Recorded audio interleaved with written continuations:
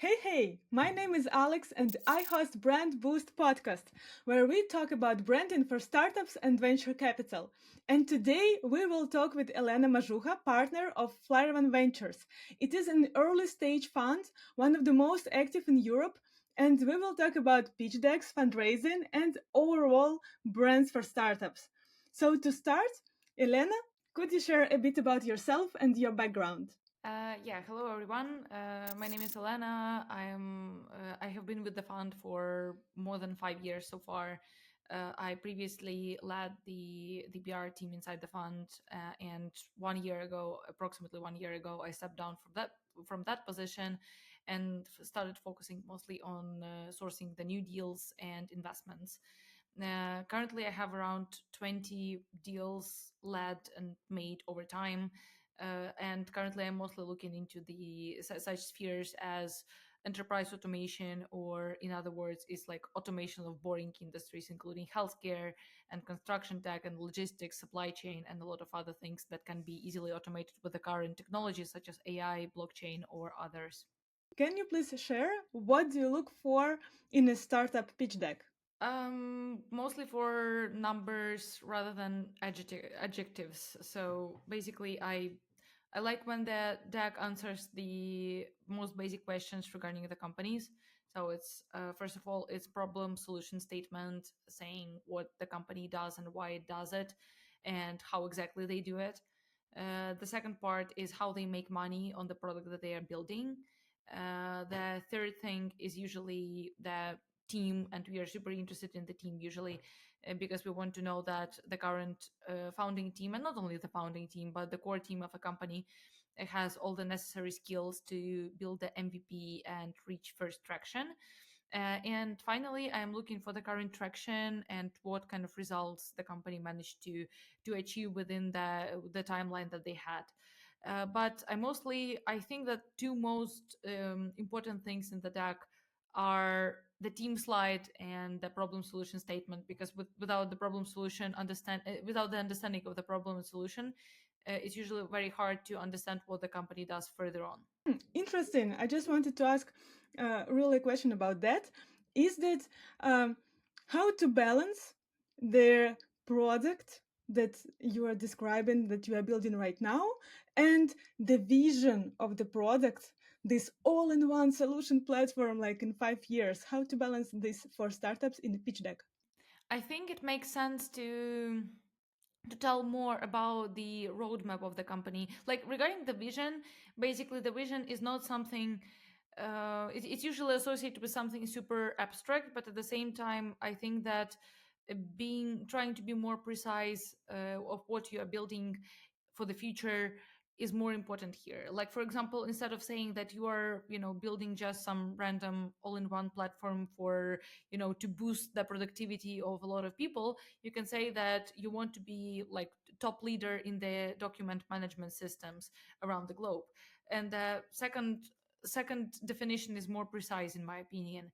But when you present the product and you want to understand, want the others to understand how you are, going to come up with different features and how you are going to build this, final vision, I think that the best way to do so is to present the roadmap and basically to show what you want to achieve, in the current year, which will be, pretty small milestones in terms of product building. But at the same time, you can also show what you are planning to introduce in the future, like in the future years, in a year, in 2 years, maybe even in 5 years, just to show the whole road that you want to, come with the current money and basically the current round. Mhm. Great, thank you. And can having a strong brand help a startup get funding? How do you think? Um, so basically, a strong brand. I would divide this into two categories. So basically, you can build a strong brand among your customers, and you can build a strong brand among the VC investors, which is, I think, it's two different things. Um, when you build a strong brand among the customers that you serve, it's it's one of your moats basically for the future. Like it's something that keeps them retained, and helps you grow the LTV per customer in long term. And that's why it's super important while building something, because it can be very, like, it can save you from churning, it can save you from customer churn, it can save you from different, like, from the competition basically. Because if you have a strong brand and everybody just trusts you, they do not have any reasons to switch to something else, unless there are some very drastic big changes or the competition is significantly stronger than you are. But when you're building the brand for the fundraising reasons, is a completely different thing. So basically, I think that you can use your personal brand to, and I say personal brand, to raise money from VC investors. But you should be super careful with that, because people tend to go for the halo effect and assume that you're some very talented person if you are super strong with in brand building. And eventually you can have a lot of very sketchy situations in which you will be a PR disaster. Like just to make a couple of examples, is that we should remember that SBF or the Theranos founder, they both had amazing brands, personal brands. And this is something that is very curious about this, because if you have a very strong personal brand and people just want to throw money at you for no reason at all, they just will accept any valuation possible. um I think that it also can be a risk in the end. Yeah, I see. I see. Very interesting that you distinguish those brands, and for VCs, it's like a personal brand is more important than just, as I understand, a logo or like I know a design or the pitch deck and so on. Interesting. But talking about the pitch deck, what's about startups brand or startups some PR anything can grab your attention when they pitch you or when you evaluate their deck?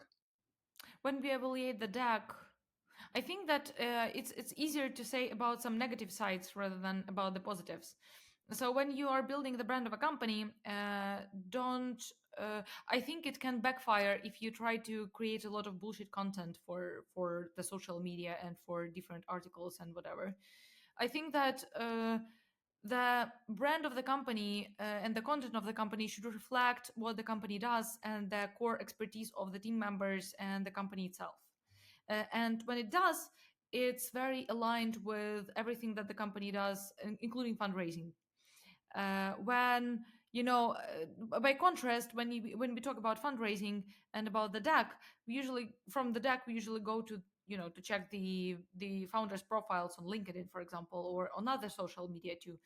And if you see the founder being super doing a lot of various stuff in very different industries, when you have an early stage company, for some investors it can be a red flag.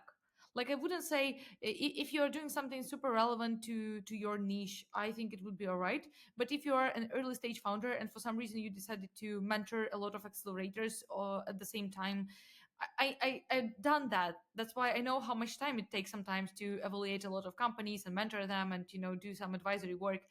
And I know that it's kind of like a part-time job, and it means that this time that you could have dedicated to your current startup is going somewhere else, which is, it's not a red flag, but it's a yellow one definitely. We already covered that, but what common branding mistakes do startups make that hurt their chances of getting investment? um no, I wouldn't say that there are I any know mistakes. one. I really know Oh, one. okay. Okay, which one? When they hire an agency for branding, for example, for design, or when they like thinking about their naming more than about their products, you know? Well, I would say that the right naming is also a very crucial part of the company, because, well, I know that the Twitter is named X right now, and and some other companies, like there are pretty interesting companies called let's say Kevin or whatever. But at the same time, I don't think that when building a company you should have a very generic name, because you will be super hard to find online. Like, I mean, I had a couple of occasions in which the founders decided to choose the name of the company, and it was like the personal name, like, it was like Alan or Adam or Max or something like that. And you are just starting to Google that, and you need to know the exact domain of the company, because you cannot find anything. Like, there are billions of pages of Maxes online. Like, it's super hard. So that's why I think that it won't prevent you from getting funded, especially if you have very good metrics or if you have very good background as a founder. But at the same time, it's super hard to discover you, and it may be a challenge sometimes. So yeah.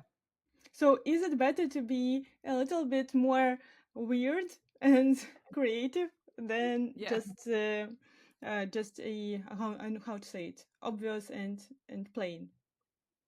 Yeah, I think it makes sense to be more like to use this like quirky names, like, like Blunder or something. Like, well, I don't know, like, I cannot remember, the names like that. But of course, like, words like, I don't know, Google or Revolut or N26 or something very non-obvious. I think it's, or Fly One Ventures for that matter. I think it's very easy to find, and that's why, it sometimes pays off. Um, Great, thank you. And any more mistakes? It's yeah. Mm. Um, I would say that it's not regarding branding, but I think that sometimes startups tend to overthink about their decks in the very early stages, and they tend to, engage a lot of designers into making their decks, and they obsess over these decks for like 2 months. I know a couple of examples in which founders were designing a deck for like 1 or 2 months, and I think it's kind of crazy, because you need to spend, to be frank, I saw very good decks that were just, blank paper with black letters on them, and that's it. And they were so informative that you just don't pay attention to the details, because you think that the content itself or is already very good. So that's why I would definitely advise to pay less attention to the design, especially at early stages. Maybe at later stages you will have more resources and have more people basically to do so. But if you can design a deck within like a day, and probably after that do some amendments to the content itself, it will be much better. And also, you can always amend the deck in the process of talking to somebody. Like, you're talking to investors, you see that they are asking very obvious questions that were already covered in the deck, and there is a very high probability that they just didn't discern that information from the other, because it wasn't, I don't know, highlighted, or it wasn't very seen, or they didn't understand what you meant by those words that you mentioned there. So I think that the content is way more important than the design itself. Agree with that. Really, you cannot create a great brand if the product or content is shit. Really. That's true. That's true. Great. And what advice would you give to startups before talking to investors? We already talked a lot about some tips and what to pay attention to, but maybe some more advice. Maybe you can share some current situation about how much time to I, I know to allocate for this process and how to do it. Yeah, regarding the time, I think that 6 months would be better.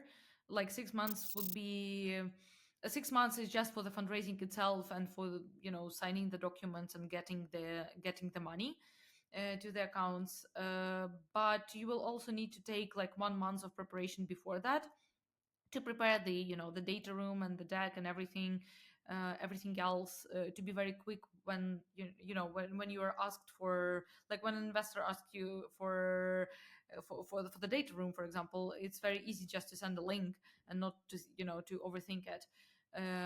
But also, like, regarding the advice, I would say that there are a couple of things right now that we see on the market. First of all, is that a lot of VCs, they want to know that you won't be burning a lot of money.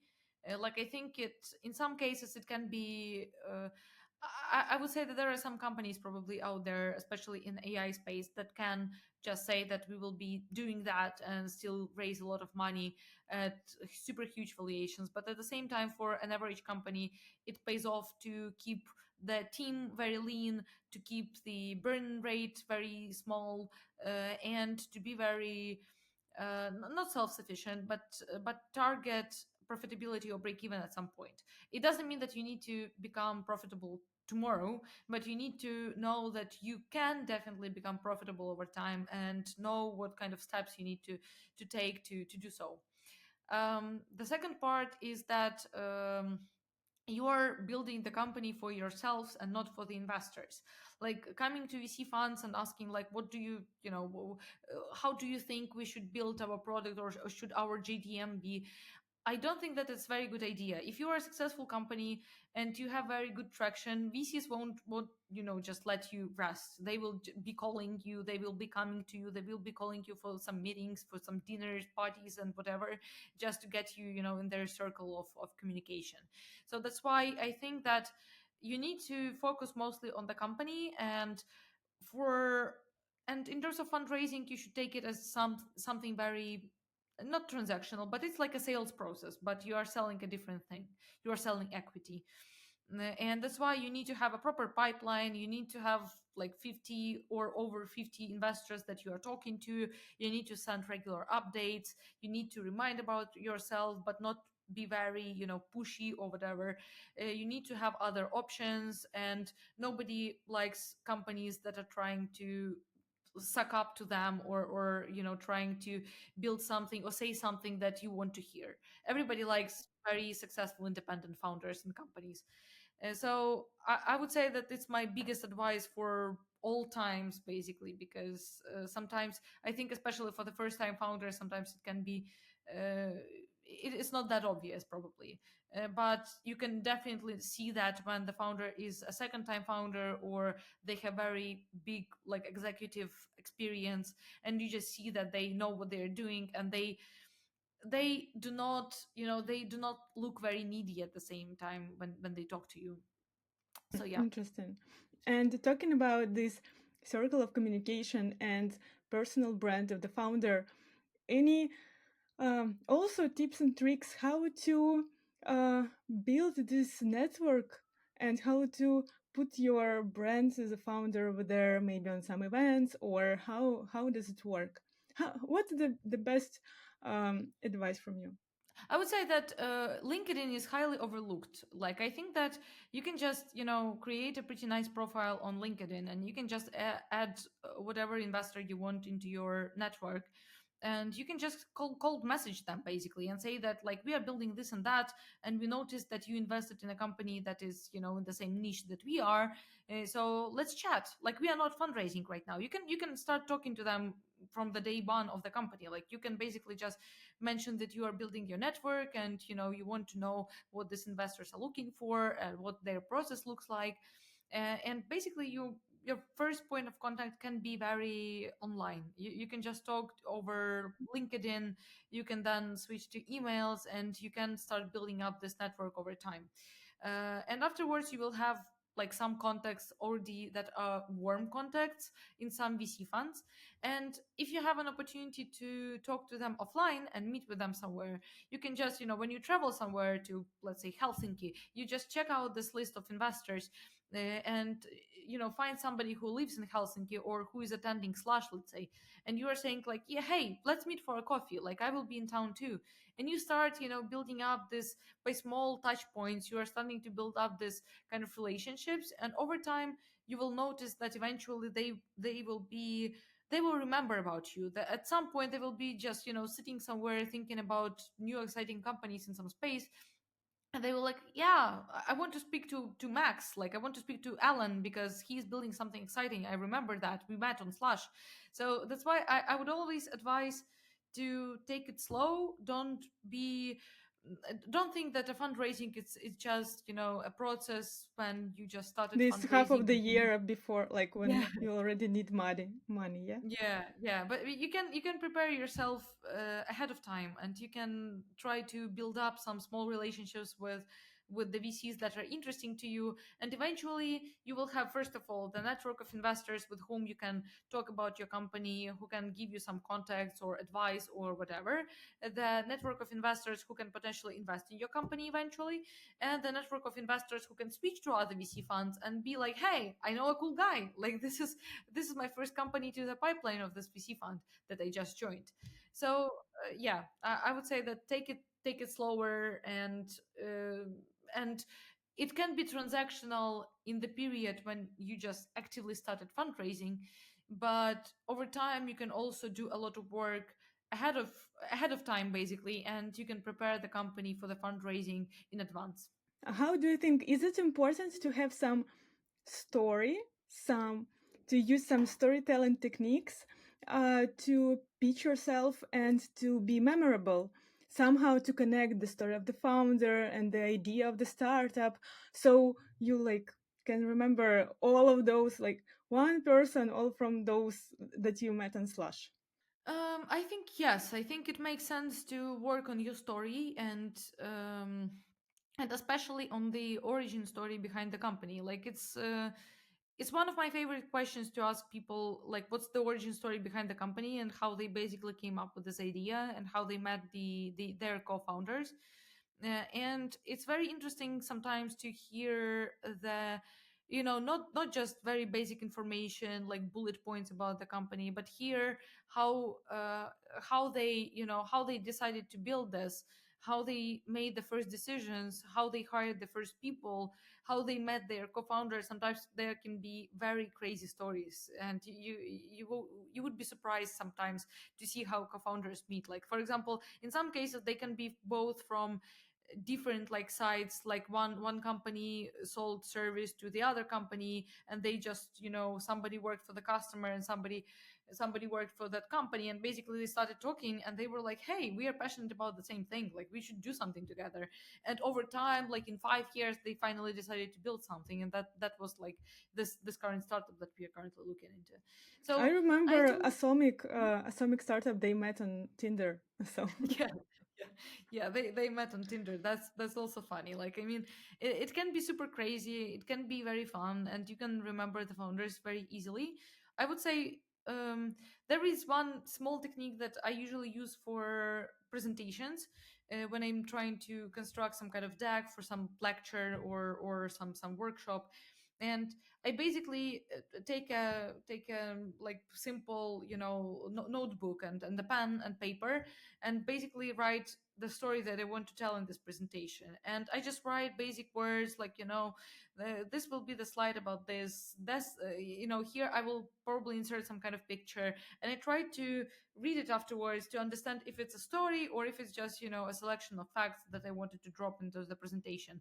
And I try to build like a story before I actually build the presentation, and after it's ready I can start making slides, and it takes so much less time to do so when you have the whole vision of what you want to say by this. So I would suggest when you construct a pitch deck, you should probably do the same, so that you can, when you pitch, you don't need to actually memorize everything. You will just know the story itself, and you can add some additional facts and be very flexible in the process.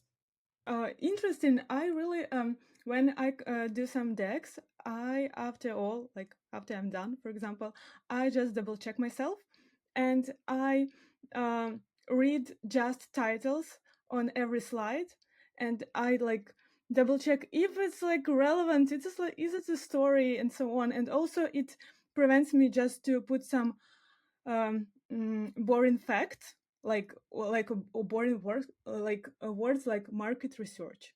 It's like it's that's a title with no additional information and no interesting thought that you want like your investor or somebody who looks at this deck to understand. It's like market research, no conclusion Yeah. from this, but you can really own this story and you can create it and you can like manage it, and it's very interesting, yeah, to it's stop stop stop stop stop.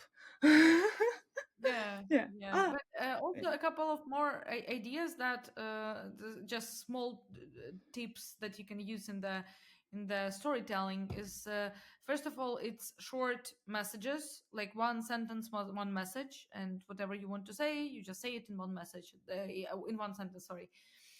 So basically, people understand short messages and short sentences much better than, than something else. And if you use simpler words at the same time, it also makes everything easier. And it's not that, VC funds are stupid, or we do not understand some basic, technical or product related or stuff. short attention span. But I remember that I remember statistics that VCs spend on their pitch deck like 30 seconds. Yeah. Yeah. Oh. Yeah, it's around, I think it's around 1 to 2 minutes, or, Ah. or something like that, depending on the size of the pitch deck. But yeah, basically, one person can listen to somebody very attentively for like 10, maybe 15 minutes, I think. And afterwards, we just, our brain goes away. And afterwards, you just need to, force yourself to stay concentrated. And when you have like 5 or 6 calls during the day, you need to exert even more effort to be very concentrated on the facts and on the data, and remember something, and ask questions, and think, and make some conclusions and other things. So that's why try to, use very simple language, and people will understand and remember you much better. And finally, this is something that I think it might be called like pyramid principle. So you are saying the core idea that you want to say first, like, Michael is a very good professional. And afterwards, you are saying, like, some facts that prove that Michael is a very good professional. And it's like you are developing some, you are adding some details afterwards, but people remember, like, hey, Michael must be a very good professional, because we are just taught so. It's just how our brain works. And I have noticed over time that it is really a very useful tip. Last question, I think, but it's a question about your as a head of PR. You were like uh, you were responsible for PR of startups of Flywheel Ventures, and uh, a question for you, as I think any startup thinks about that: how to get into TechCrunch? uh, okay, so first of all, you need to understand why you want to get into TechCrunch. Like, Because it is very what cool. and if you just, if you don't understand why you need PR, and why you want PR, I don't think that you should do that. Or you should probably, if you for some reason, think that you definitely need to try it, you probably need to dive a little bit deeper into how it works. But basically, the core question is, why do you need it? TechCrunch is very good media. Like, I mean, it has super huge audience. It has very good journalists. It has very good articles. The quality of the materials is very high. But you need to understand about the how media works and how journalists work. They do not want to write about something that is boring to them. And they do not want to cover some story that is not sensational, because they want to get some traffic on their on their articles, and they want their articles to be some of some importance, and so that a lot of people reshare it and post it and write that this journalist is super awesome and that was the best research ever. So you need to think that um, it's not that you're giving them some, it's not that you're, it's a service for them. Like, they are not supposed to serve you as a founder or as a company. Journalists, they work for themselves. They have editors. They have the company strategy. So you need to do your research about certain journalists in the certain media, like, let's say, TechCrunch. And you need to go to their Twitter or LinkedIn or Threads or whatever people use these days, and see what kind of information is very interesting to them. And when you find the right journalist who may be interested in the niche that you are working in, you should try to approach them. They usually have their contacts online. You don't need any warm introductions. They take the cold emails too, and you just find their email and you reach out to them, but not with a pitch or something like that. But you are just reaching out to them to and to understand, like maybe to, you can give them a tip about the industry, or you can give them a comment about something recent that they posted, or about a recent article that they wrote. And afterwards you can start also building up by bits and pieces this kind of like relationship with them.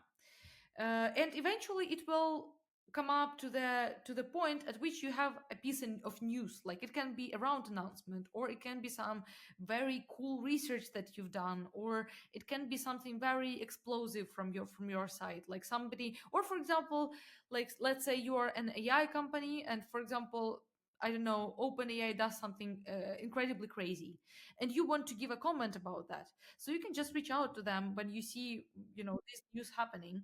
Then you just can reach out to them and say, like, have you seen this piece of news? If you are writing an article about it, I would be more than happy to give you a comment about this, because I'm an expert in this and that field. And it's also, it takes time, of course, to build, you know, to build the relationships. But don't try to just push some very unsuitable story that about some niche that is not, definitely not a fit for this particular journalist, and they have never wrote about it, because they won't reply to you, and you will just, you know, encounter only silence from their side. So I think that, yeah, the first point that you should start with is, why do we need this PR, and what we can tell about in the article. Yeah, that's interesting. I think that about why do startups need PR. It's like for startups, it's obvious because it's like more attention. It's like be somewhere over there on the place for VC attention and so on. But it's really hard for them to come up with something interesting and just what to share, what to tell, except like just a press release of I don't know something that's really not very interesting for everybody. Sometimes press releases are great, but sometimes are not. As Yeah, always. yeah, yeah. I think that. Well, I think that in the current times, you can use social media a lot for your PR, and for the PR of the company. Like you can use LinkedIn, or you can use Twitter to do some PR work without writing any articles, and you won't need any kind of approvals from different editors, or you don't need to do any kind of interviews.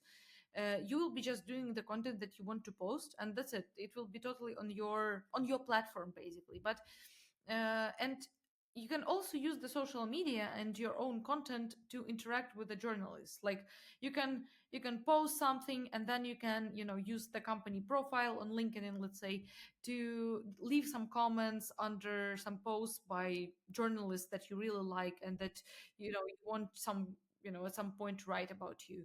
And you can start, you know, working the grounds, you know, searching the waters for different journalists, for different topics that you can cover.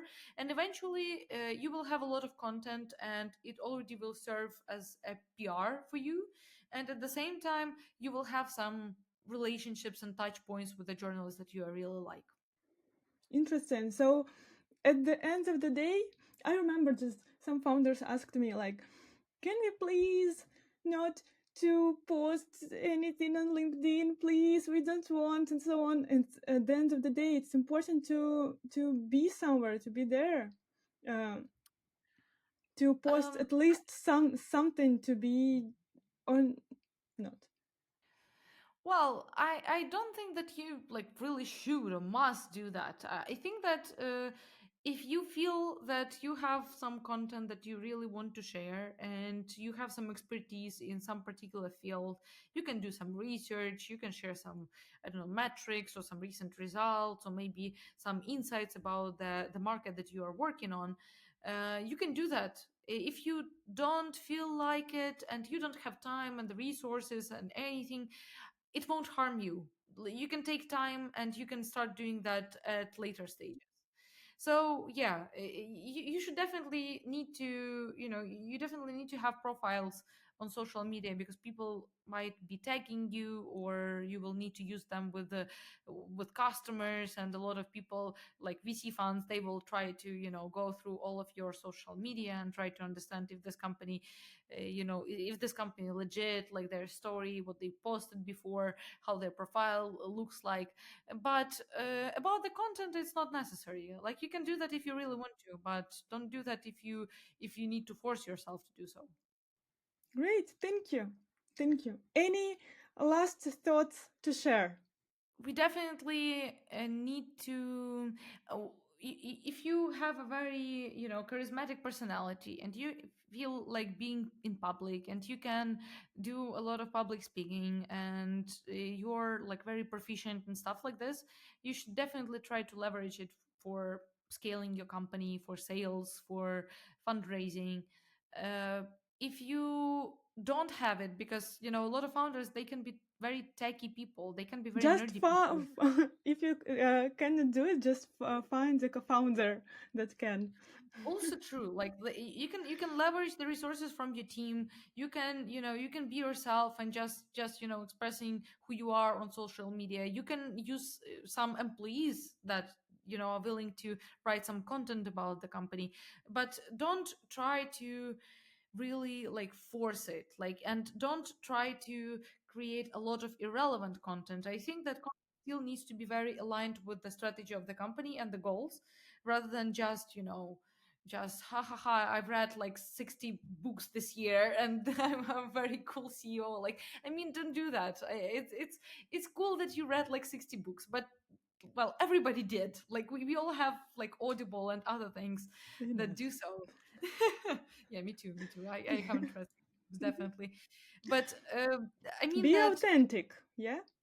yeah, authenticity, I think, means a lot in the content that you create. And personal brand is built on authentic people, and you cannot be, the second Elon Musk, or somebody else, because they are, I think that Elon Musk is himself.